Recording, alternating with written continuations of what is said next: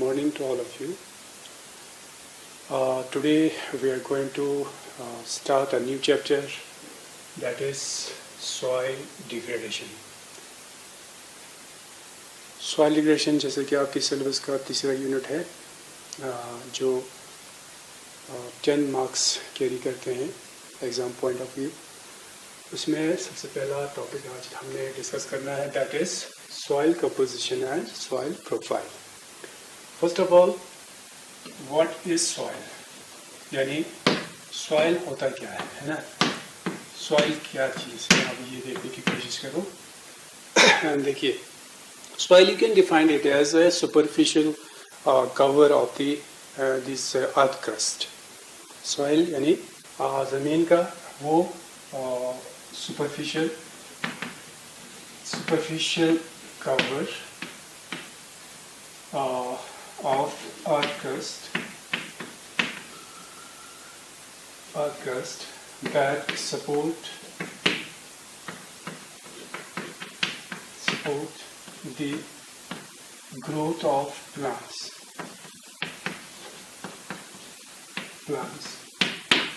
So ये unlimited definition है जिसके अंदर हम सॉइल इस चीज़ को कहा जाते हैं कि अर्थ क्रस्ट है वो ऊपरी हिस्सा जिसके अंदर प्लांट्स रूट किया जाते हैं, रूटिंग करते हैं और प्लांट्स की जो रिक्वायरमेंट्स है वो सारी वहाँ से पूरी हो जाते हैं उसकी ग्रोथ और डेवलपमेंट पर्पस के लिए.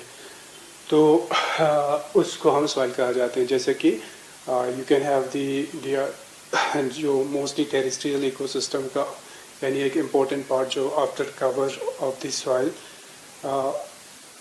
Even you have the soils like the bottom of your lakes, ponds, and वो जो muddy material है, that is also a soil. Or rocks that is porous and can support to grow plant, right? या आपके glacial deposits कहीं पे होते हैं जहाँ पर plants आसानी से grow कर सकते हैं, तो उसे हम soil कहते हैं. लेकिन इनफैक्ट हकीकत में देखा जाए तो सॉइल इतनी आसानी से हम डिफाइन नहीं कर सकते बिकॉज सॉइल जो है वो एक कॉम्प्लेक्स इंटरेक्शन की वजह से बनते हैं. Complex interaction of this the climate,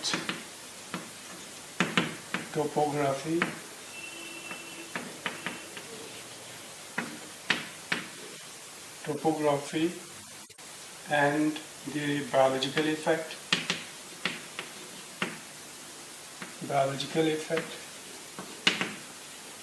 for low period of time.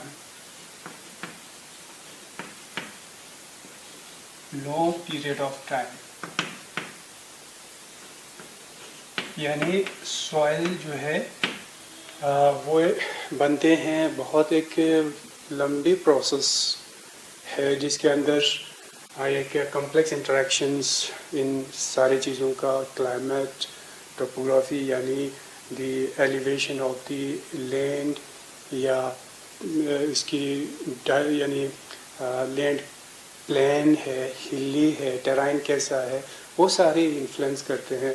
Rainfall वहाँ कैसा है, you have this humidity of the area, you have the temperature of the area, all these control the formation of the soil, right? Soil जो है basically soil formation जो है एक लंबी process होते हैं जो start होते हैं weathering of rocks से.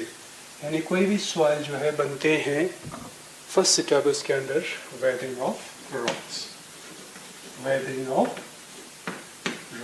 यानी रॉक्स की ब्रेकडाउन जो है सबसे पहला स्टार्ट हो जाते हैं. जैसे कि आप जानते हैं कि रॉक्स की वेदरिंग, डिफरेंट एजेंट्स इस वेदरिंग प्रोसेस को चलाते हैं जिसमें केमिकल फैक्टर्स या physical factors, even biological factors जो है इम्पोर्टेंट रोल प्ले करते हैं. तो सॉइल जो है वेदरिंग, खाली वेदरिंग से ही सॉइल नहीं बनता, यानी वेदरिंग के बाद जो है काफ़ी समय लगते हैं सॉइल बनने के लिए और उस सॉइल डेवलपमेंट को हम पैडोजेनेसिस कहा जाते हैं. पेडोजेनेसिस या सॉइल डेवलपमेंट इसको कहा जाता है, सॉइल डेवलपमेंट। ठीक है, सॉइल डेवलपमेंट बहुत ही लंबी, जैसे हम कह रहे हैं कि एक बहुत लॉन्ग प्रोसेस है और एक स्लो प्रोसेस है, जिसके अंदर आपका क्लाइमेट, आपका ये लिविंग थिंग्स जो इस एरिया के अंदर है उनके इंटरेक्शंस या उसकी ह्यूमिडिटी वगैरह सारे जो है इसको कंट्रोल करते हैं। और एक एरिया में 1000 years यानी लग जाते हैं to form 1 inch of soil. 1 inch soil बनने के लिए 1000 साल लगते हैं। तो अब हम इस सॉइल की कंपोजिशन को जानने की कोशिश करेंगे। सॉइल बेसिकली हमारे पास एक पाई चार्ट के जरिए मैं आपको बताना चाहूँगा कि एक फर्टाइल सॉइल जो है इसकी कंपोजिशन क्या होते हैं, राइट। इसमें आप यूँ देखिए, टोटल सॉइल की जब हम एक पाई चार्ट के जरिए आपको बताएं कि इसके अंदर क्या चीज़ें होते हैं, तो 50% इसमें air and water, that is 25% water इसमें पाए जाते हैं और 25% इसमें एयर पाए जाते हैं। बाकी जो 50% है उसमें 5% you can have organic matter,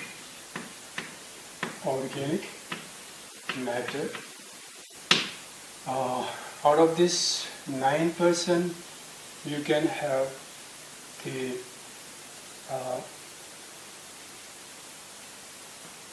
silt,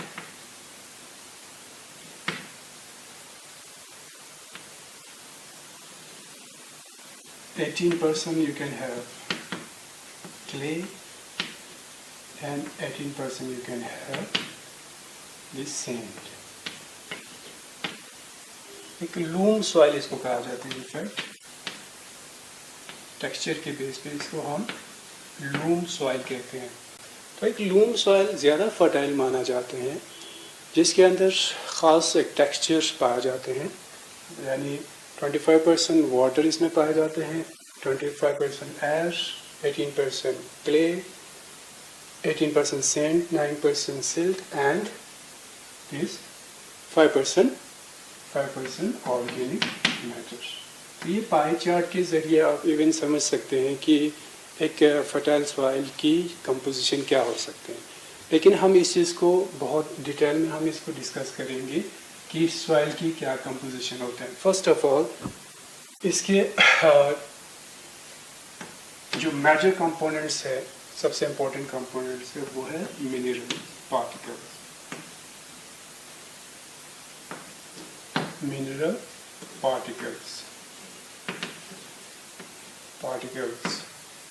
particles जो है सबसे इम्पोर्टेंट, जैसे हमने ऑलरेडी कहा, it comprised of about 45% of the loam soil। 45% इसका यानी कंसंट्रेशन होता है एक फर्टाइल सॉइल के अंदर। इस मिनरल पार्टिकल्स की फॉर्मेशन होते हैं because of the weathering of rocks की ब्रेकडाउन होने की वजह से ये मिनरल पार्टिकल्स का फॉर्मेशन होते हैं, और ये डिफरेंट स्टेज में होते हैं, डिफरेंट स्टेज ऑफ डिकम्पोजिशन में ये पार्टिकल्स पाया जाते हैं। और accordingly these particles, mineral particles have different size, इसके साइज अलग अलग होते हैं, जिसके बेस पे हम सॉइल पार्टिकल्स को इवन क्लासीफाई भी करते हैं। जैसे कि फॉर एग्जांपल, अगर soil particle less than 0.002 mm के पार्टिकल्स है तो हम उसको क्ले पार्टिकल कहा जाते हैं, अगर ये 0.002 से 0.02 mm के होंगे साइज यानी पार्टिकल साइज, तो इसको हम सिल्ट कहा जाते हैं, राइट। इस पार्टिकल को, इस ग्रुप साइज के ग्रुप के पार्टिकल को हम सिल्ट कहा जाते हैं। इसी तरीके से 0.02 से 0.2 तक जो पार्टिकल्स होते हैं इसको हम you can say fine sand इसको कहा जाते हैं, इसको हम फाइन सैंड कहा जाते हैं। और 0.2 से 2 का जो साइज होते हैं उसको हम कोर्स सैंड कहा जाते हैं, कोर्स सैंड। और इससे एबो जो पार्टिकल्स होते हैं, यानी इसके एबो जो साइज के पार्टिकल्स होते हैं, इनको हम स्टोन एंड ग्रेवल्स कहा जाते हैं। ठीक है, ये है कि पार्टिकल्स जो मिनरल पार्टिकल्स है वो किस तरह के वहाँ पाया जाते हैं। तो इसके साइज के बेस पे हम इसको अलग नाम क्लासिफाई करते हैं। तो इसमें हमारे सबसे जो फाइन पार्टिकल्स होते हैं वो क्ले होते हैं, फिर इससे थोड़े सा वो मोटा होते हैं वो सिल्ट होते हैं, उससे थोड़ा सा मोटा वो फाइन सैंड होते हैं, फिर इससे थोड़ा मोटा यानी कोर्स सैंड होते हैं। और जो बड़े बड़े 2 mm के होते हैं उससे ऊपर होते हैं, दे कॉल्ड एज स्टोन और ग्रेवल्स कहा जाते हैं, राइट। और हमारे सॉइल का टेक्सचर जो कि एक इम्पोर्टेंट पैरामीटर होते हैं, कहीं भी जब हम खेती बाड़ी के लिए जाते हैं, एग्रीकल्चर का एक्टिविटीज़ करते हैं, तो हमें सॉइल की टेक्सचर जो है बहुत इम्पोर्टेंट होते हैं कि उस चीज़ को जानना और पहचानना। तो सॉइल की टेक्सचर जो है, टेक्सचर बेसिकली यही होते हैं कि इसका मात्रा जो है इन पार्टिकल्स की कितनी होते हैं। तो हमारे पास बहुत सारे टेक्सचर्स बनते हैं, जैसे फॉर एग्जांपल एक होते हैं हमारे पास सैंडी लूम होते हैं या सैंडी सॉइल हमारे पास होते हैं। सैंडी सॉइल एक टेक्सचर सॉइल का हो सकते हैं जिसमें 80% यानी 85% जो है वो सैंड पार्टिकल्स जो हम फाइन सैंड या कोर्स सैंड कहा जाते हैं, वो वाली साइज के पार्टिकल्स इसमें पाए जाते हैं। और हार्डली 15% जो है या क्ले या सिल्ट या दोनों मिक्स हो सकते हैं, क्ले या सिल्ट जो है वो सिर्फ 15% होते हैं। तो ये टेक्सचर सॉइल का बनते हैं बेस्ड ऑन दी पार्टिकल्स या size of the particles, mineral particles. तो ये टेक्सचर जो है बिकॉज ऑफ ये जो फाइन यानी सैंड, क्योंकि 85% इसमें सैंड पार्टिकल्स होने की वजह से ये ज़्यादा फर्टाइल नहीं माना जाते हैं, क्योंकि जब ज़्यादा पोरस वहाँ सॉइल बनेगा तो वो ज़्यादा एक तो हमारे मिनरल्स या जो इम्पोर्टेंट न्यूट्रिएंट्स है, प्लांट न्यूट्रिएंट्स है, वो ज़्यादा देर तक होल्ड नहीं कर सकता। और ये ज़्यादा पोरस होने की वजह से ये वाटर को भी ज़्यादा रिटेन नहीं कर सकता। तो आमतौर पर ये सॉइल जो है एक ड्राई सॉइल जैसी हमारे सामने होता है। दूसरा एक इम्पोर्टेंट टेक्सचर बनते हैं हमारे पास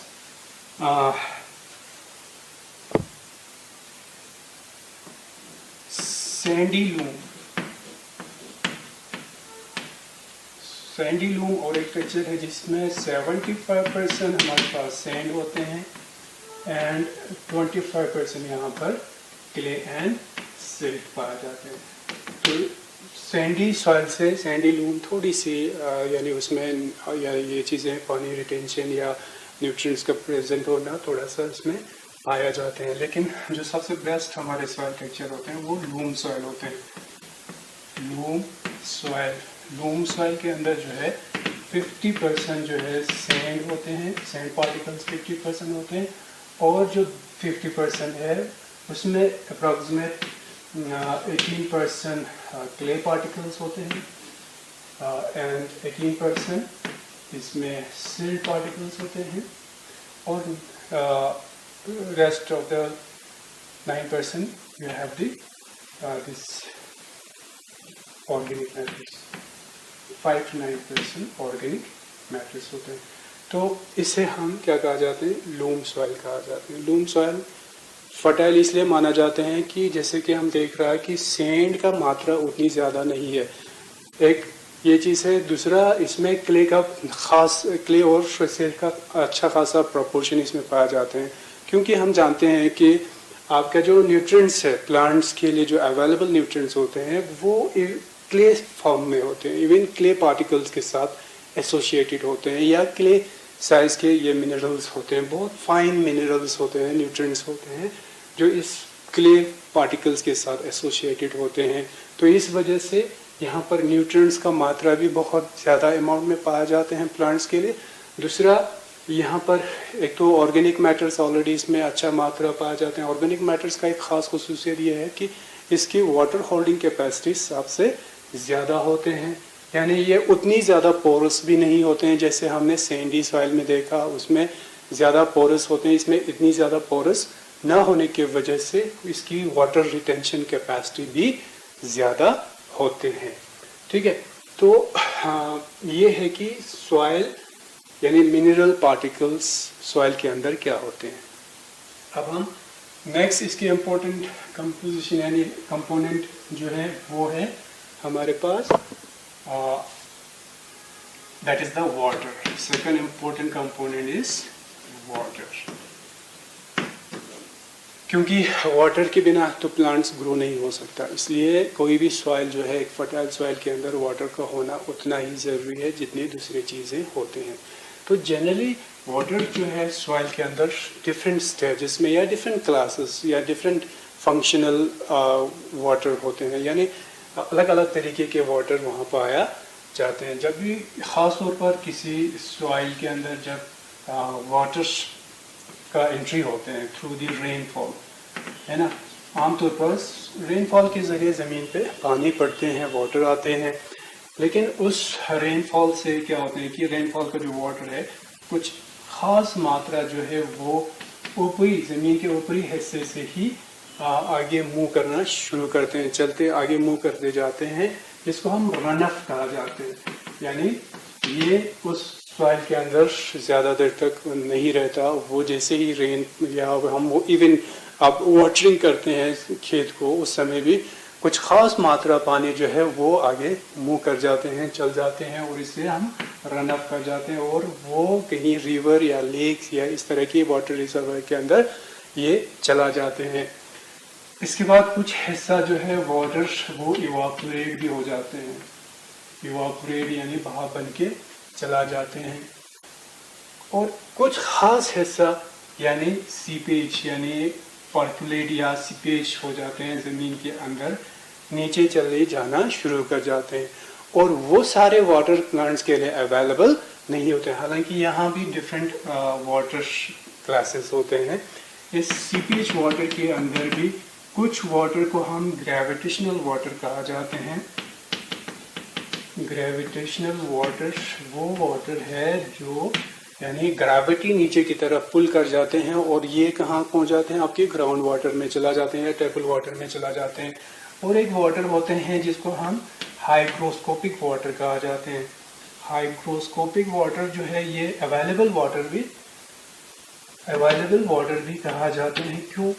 ये बेसिकली वो पार्ट ऑफ वाटर है जो, जैसे हम अगर लेटर ऑन हम देखेंगे सॉइल स्ट्रक्चर में हम देखेंगे कि सॉइल पार्टिकल्स जो है मिनरल्स या सॉइल जो पार्टिकल्स है वो पार्टिकल्स एक तो खुद आपस में जब सॉइल की फॉर्मेशन होके होते हैं वहाँ एक दूसरे से जुड़े हुए एक ग्रुप की फॉर्म में यहाँ पर रहते हैं, जिसको एग्रीगेट कहा जाते हैं या क्रम्प्स कहा जाते हैं। सॉइल हमेशा सॉइल पार्टिकल्स एग्रीगेट की फॉर्म में यानी जमा हुए किसी जगह पर खास एक दूसरे से मिलके ग्रुप बन के बैठते हैं, जिसको हम क्रम्प भी कहा जाते हैं या इवन पैड भी कहा जाते हैं। तो ये जो क्रम्प बनते हैं इस ग्रुप ऑफ सॉइल पार्टिकल्स, और जो डिफरेंट क्रम्प्स है इनके साइज और शेप अलग होते हैं जी, जो आपस में एक दूसरे से जुड़े हुए होते हैं। ठीक है, तो ये सॉइल क्रम्प्स किसका बना होते हैं? सॉइल पार्टिकल्स के बने होते हैं। तो क्रम्प्स के बीच में हो या सॉइल पार्टिकल्स के बीच में दो तरह के यहाँ पर सॉइल स्पेसेस यहाँ मौजूद रहते हैं। एक तो एक ही क्रम्प्स के अंदर जो पार्टिकल्स हैं उसके बीच में छोटे छोटे पोर्स होते हैं या स्पेसेस होते हैं जिनमें एयर पाया जाते हैं, स्पेसेस होते हैं। या दूसरा जो एग्रीगेट फॉर्म के जो क्रम्प्स है वो आपस में जुड़ के छोटे छोटे थोड़ा बड़े स्पेसेस बना देते हैं। इनफैक्ट सॉइल के अंदर दो तरह के पोर्स या स्पेसेस बनते हैं, एक माइक्रोपोर बन जाते हैं, दूसरा मैक्रोपोर बन जाते हैं। Micropore with in the particle size होते हैं और मैक्रोपोर्स विद इन द जो क्रम्प्स बनते हैं उनके बीच में ये बनते हैं। पोर्स बनते हैं या स्पेसेस बनते हैं, तो वो जो वाटर, ये देखिए जो पोर्स यहाँ बनते हैं विद इन द पार्टिकल्स के बीच में छोटे छोटे स्पेसेस बचते हैं, वो स्पेसेस एक दूसरे से जुड़ के क्या बनते हैं, ट्यूब लाइक स्ट्रक्चर बना देते हैं सॉइल के अंदर। यानी छोटे छोटे ट्यूब्स पोर्स की आपस के जुड़ने की वजह से बनते हैं, जिसकी ट्यूब की फॉर्मेशन की वजह से वहाँ पर एक कैपिलरी फोर्स क्रिएट हो जाते हैं, कैपिलरी एक्शन वहाँ पर क्रिएट हो जाते हैं। और जो कैपिलरी फोर्स है वो वाटर को उस कैपिलरी ट्यूब में होल्ड करके रखते हैं, और उस वाटर को हम कैपिलरी वाटर या हाइग्रोस्कोपिक वाटर कहा जाते हैं, जो उस छोटे पोर्स में पाया जाते हैं। और वही वाटर जो है प्लांट्स आसानी से यानी इसको हासिल कर सकते हैं। ठीक है, तो कैपिलरी वाटर्स जो है सबसे इम्पोर्टेंट प्लांट्स के लिए होते हैं। इसको इसीलिए हम क्या कहते हैं, अवेलेबल वाटर भी कहा जाते हैं। और एक इसका इम्पोर्टेंट वाटर होते हैं जो जिसको हम यानी you can say the combined water होते हैं जो मिनरल्स के साथ जुड़े हुए होते हैं, यानी हाइड्रेटेड ऑक्साइड इनके बनते हैं, यानी hydrated oxides of metal, most of time metals की लाइक एल्युमिनियम या आयरन, इसके साथ वाटर जुड़े हुए रहते हैं, उसको हम कंबाइंड वाटर कहा जाते हैं। उसके अलावा एक वाटर होते हैं जो सॉइल पार्टिकल्स के सराउंडिंग जुड़े हुए होते हैं, एक थिन फिल्म के मानंद जो है इस पार्टिकल के बाहर से होते हैं, जो इस पार्टिकल की एडेसिव और कोहेसिव फोर्स इस फिल्म को अपने साथ जुड़े हुए रखते हैं वाटर को, और ये वाटर भी आसानी से प्लांट को अवेलेबल नहीं होते हैं।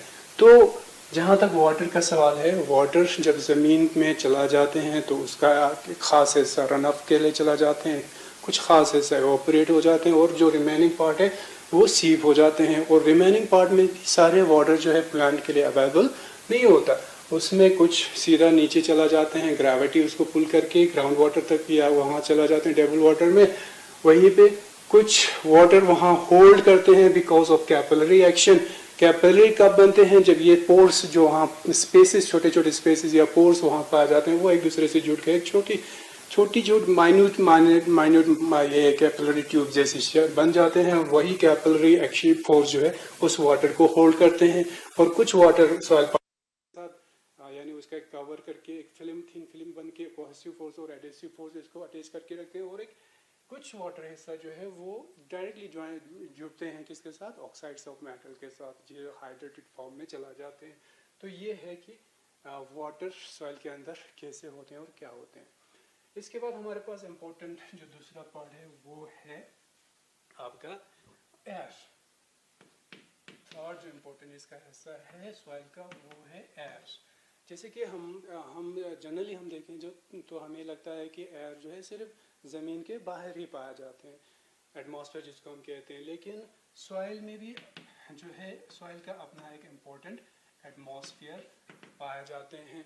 ठीक है, एटमॉस्फेयर पाया जाने का मतलब सॉइल के अंदर भी गैसेस, क्योंकि atmosphere is made of gases things, तो यहाँ भी गैसेस पाया जाते हैं, लेकिन थोड़ा सा रिवर्स होते हैं। जो हमारे एटमॉस्फेयर में जहाँ पर 21% आपका ऑक्सीजन पाया जाते हैं, वहीं पे वाटर के जो ये जो सॉइल की एटमॉस्फेयर है या सॉइल के अंदर जो एयर पाया जाते हैं उसमें ऑक्सीजन का मात्रा कम पाया जाते हैं।